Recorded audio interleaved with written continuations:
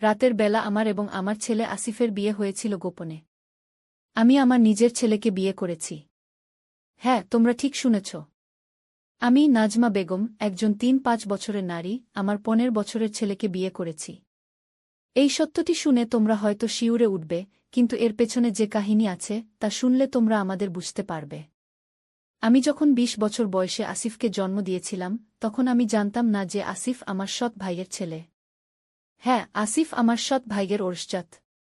আমার সৎ ভাই আমার সাথে জোর করেছিল, আর তার ফলে আসিফের জন্ম হয়। আমি কাউকে বলিনি, এমনকি আমার মাকেও না। আমি সবাইকে বলেছিলাম যে আসিফ আমার স্বামীর সন্তান। আমার স্বামী হারুন তখন প্রবাসে। ও যখন ফিরে এলো, আসিফকে নিজের সন্তান হিসেবে গ্রহণ করেছিল। আসিফ যখন ৪ বছরের, আমার স্বামী একটি দুর্ঘটনায় মারা যায়। আমি একা আসিফকে মানুষ করেছি। আসিফ বড় হওয়ার সাথে সাথে আমার সৎ ভাইও আবার আমাদের খোঁজ করতে শুরু করে। সে আমাদের পেয়ে যায় আর আসিফকে বলে দেয় যে সে আসিফের আসল বাবা। আসিফ এই সত্যটি মেনে নিতে পারেনি। সে আমাকে জিজ্ঞাসা করেছিল, মা, সত্যি কি এই লোকটা আমার বাবা? আমি সত্যটি স্বীকার করেছিলাম। আসিফ আমার সৎ ভাইকে ঘৃণা করত। সে তাকে বাবা হিসেবে স্বীকার করতে চায়নি। একদিন আমার সৎ ভাই আসিফকে জোর করে তার সাথে নিয়ে যেতে চেয়েছিল। আসিফ আমাকে বাঁচাতে চেয়েছিল। আমরা দুজন পালিয়ে আসি। আমরা দূরের একটি গ্রামে চলে আসি, যেখানে কেউ আমাদের চিনত না। সেখানে আমরা স্বামী-স্ত্রী হিসেবে পরিচয় দিতে শুরু করি যাতে কেউ আমাদের খুঁজে না পায়। ১ বছর পর আসিফ আমাকে বলে, মা, আমরা এখানে স্বামী-স্ত্রী হিসেবে থাকছি। আমরা কি সত্যিই বিয়ে করব? আমি অবাক হয়ে তার দিকে তাকিয়েছিলাম। সে বলেছিল, আমরা রক্তের সম্পর্কে সম্পর্কিত নই, মা। তুমি আমার সৎ ভাইয়ের সাথে সম্পর্কিত, কিন্তু আমি তোমার সাথে নই। আমরা বিয়ে করতে পারি। সেই রাতেই আমাদের বিয়ে হয়েছিল। আমরা সত্যিই স্বামী-স্ত্রী হয়ে গিয়েছিলাম। আমি আমার ছেলের স্ত্রী হয়ে গিয়েছিলাম, আর সে আমার স্বামী। তবে বলি তোমাদের, এই গল্পটা এখানেই শেষ নয়। ভাবছ আসল গল্প কি? আসল গল্প আরও অনেক বেশি জটিল আর অদ্ভুত। আমার জীবনের সত্যি ঘটনাটা অনেক ভিন্ন। আমি যা বললাম সেটা তো ছিল শুধু একটা ভূমিকা। আসল গল্পটা শুরু হবে এখন থেকে। আসলে আমি নাজমা বেগম নই। আমার আসল নাম ফারজানা আক্তার। কিন্তু সবাই আমাকে নাজমা হিসেবেই চেনে। আমার জীবনটা বদলে গেছিল সেদিন। হ্যাঁ, সেই রাতে যখন আমার বাড়ির পেছনের দরজায় কেউ একজন ঠক ঠক করে আঘাত করেছিল। সেদিন ছিল একটা ঝড়ের রাত। বাইরে প্রচণ্ড বৃষ্টি হচ্ছিল। মেঘের ডাক আর বাতাসের শব্দে আমার ঘুম ভেঙে গিয়েছিল। আমি তখন একা থাকতাম একটা পুরনো বাড়িতে। আসিফ তখন সবেমাত্র ১০ বছরের। সে ঘুমিয়েছিল তার ঘরে। হঠাৎ পেছনের দরজায় আওয়াজ শুনে আমি একটু ভয় পেয়ে গেলাম।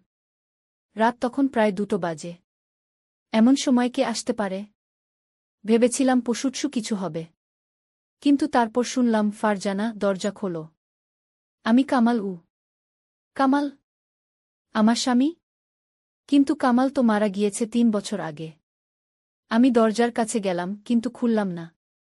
কে? আমি জিজ্ঞেস করলাম, কে ওখানে? ফারজানা, আমি কামাল। দরজা খোলো। কিন্তু সেটা তো অসম্ভব। আমার স্বামী কামাল একটি বিমান দুর্ঘটনায় মারা গিয়েছিল। তার লাশ পাওয়া যায়নি, কিন্তু তার মৃত্যু নিশ্চিত হয়েছিল। এখন আবার তার গলার আওয়াজ শুনতে পাচ্ছি। আমি দরজার পেছনে দাঁড়িয়ে রইলাম, ভয়ে কাঁপতে লাগলাম।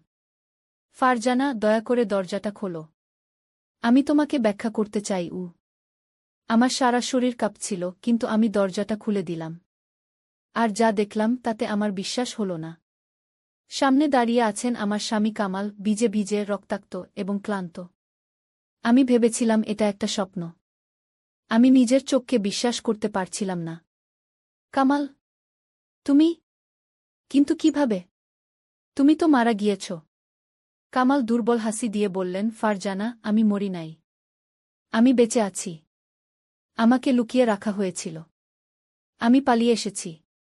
আমার জীবন বিপদে। আমি তাকে ভেতরে নিয়ে এলাম। তার শরীরে অনেক কাটা দাগ ছিল। তার পোশাক ছিন্নভিন্ন ছিল এবং সে অনেক দুর্বল দেখাচ্ছিল। আমি তাকে পরিষ্কার করে ড্রেসিং করলাম।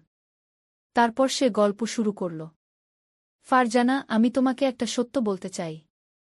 আমি আসলে কে তুমি জানো না। আসলে আমি ওদের লোক ছিলাম। ওদের লোক? কাদের? সরকারের গোপন বিভাগ। আমরা অনেক গোপন মিশনে কাজ করতাম। আমার আসল নাম কামাল নয়। আমার নাম রহিম। আমি তোমার সাথে বিয়ে করেছিলাম একটা মিশনের জন্য। তোমার বাবা জহির আহমেদ একজন বিজ্ঞানী ছিলেন। তিনি একটা গুরুত্বপূর্ণ ফর্মুলা আবিষ্কার করেছিলেন। আমরা সেটা চাইতাম। আমি বুঝতে পারছিলাম না। আমার বাবা? আমার বাবা তো একজন স্কুল শিক্ষক ছিলেন। তিনি কোনো বিজ্ঞানী ছিলেন না। আমি কামালকে এটা বললাম। না ফারজানা, তোমার বাবা আসলে একজন জেনেটিক ইঞ্জিনিয়ার ছিলেন। তিনি একটা নতুন ডিএনএ সিকোয়েন্স আবিষ্কার করেছিলেন যেটা মানুষের জিনকে পরিবর্তন করতে পারে। এটা খুবই গুরুত্বপূর্ণ। অনেক দেশ এটা চায়। আমার বস আমাকে তোমার সাথে বিয়ে করতে পাঠিয়েছিলেন যাতে আমি সেই ফর্মুলাটা খুঁজে বের করতে পারি। আমি কিভাবে এই সত্যটা মেনে নিতে পারি? আমার সারা জীবনটাই কি একটা মিথ্যা ছিল? আমার সাথে বিয়েটা, আমাদের ভালোবাসা, সবই কি মিথ্যা ছিল? কামাল বা রহিম যে নামেই তাকে ডাকি না কেন, আমার চোখের দিকে তাকিয়ে বললেন, ফারজানা, আমি জানি তুমি আঘাত পেয়েছ। কিন্তু তোমাকে বলতে চাই, প্রথমে এটা মিশন ছিল, কিন্তু পরে আমি তোমাকে সত্যিই ভালোবেসে ফেলেছিলাম। আমি তোমাকে এবং আসিফকে ভালোবাসি। এটা সত্যি। তবে যখন আমি ফর্মুলাটা খুঁজে পাইনি, তখন আমার বস ভাবলেন আমি তাদের সাথে বিশ্বাসঘাতকতা করেছি। তারা আমাকে মেরে ফেলতে চেয়েছিল। তাহলে বিমান দুর্ঘটনাটা? সেটা সাজানো ছিল। আমি আসলে আত্মগোপন করেছিলাম। আমি পালিয়ে যাচ্ছিলাম। কিন্তু তারা আমাকে ধরে ফেলেছিল। এই ৩ বছর আমি তাদের হাতে বন্দী ছিলাম। আমাকে নির্যাতন করা হয়েছে। আমি পালিয়ে এসেছি। আমি জানি তারা আমাকে খুঁজছে এবং এখন তারা তোমাকেও খুঁজবে। আমি বিশ্বাস করতে পারছিলাম না। এত বছর আমি মিথ্যার মধ্যে বাস করেছি। কিন্তু এর চেয়েও বড় সমস্যা ছিল সামনে। যদি কামাল সত্যি বলে থাকে তাহলে আমরা বিপদে। ফারজানা, আমরা এখন এখান থেকে চলে যেতে হবে। তারা কিন্তু আসছে। আমি জানি তারা আমাকে ফলো করেছে। আমরা আসিফকে নিয়ে এখনই চলে যাব। আমি আসিফকে জাগিয়ে তুললাম। সে অর্ধঘুমন্ত অবস্থায় আমাদের দিকে তাকাল। তারপর কামালকে দেখে চিৎকার করে উঠল, বাবা! কামাল আসিফকে জড়িয়ে ধরল। হ্যাঁ, বাবা এসেছে।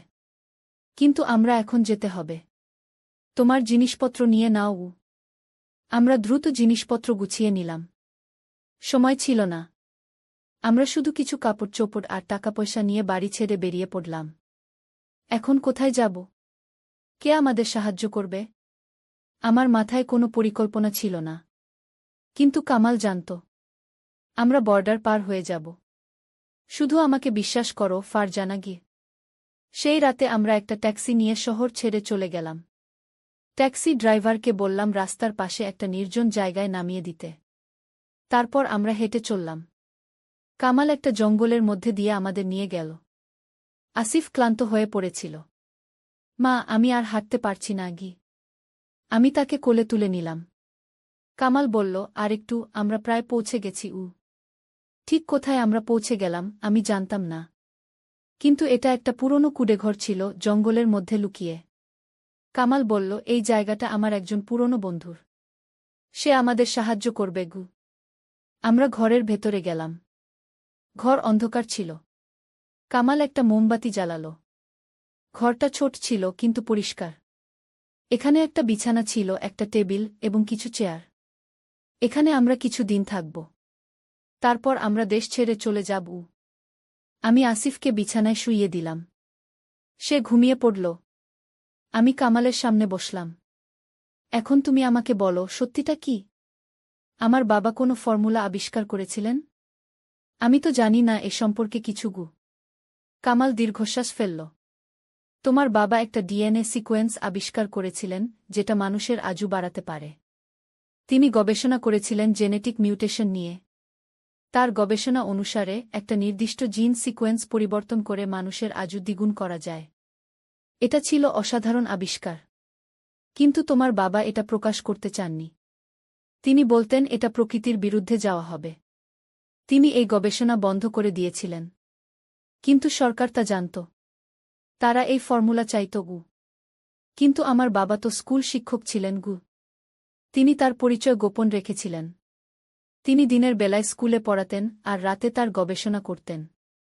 তার ল্যাব ছিল তোমাদের বাড়ির নিচে ভূগর্ভস্থ একটা কক্ষে। তুমি জানতে না আমি এই তথ্য হজম করতে পারছিলাম না।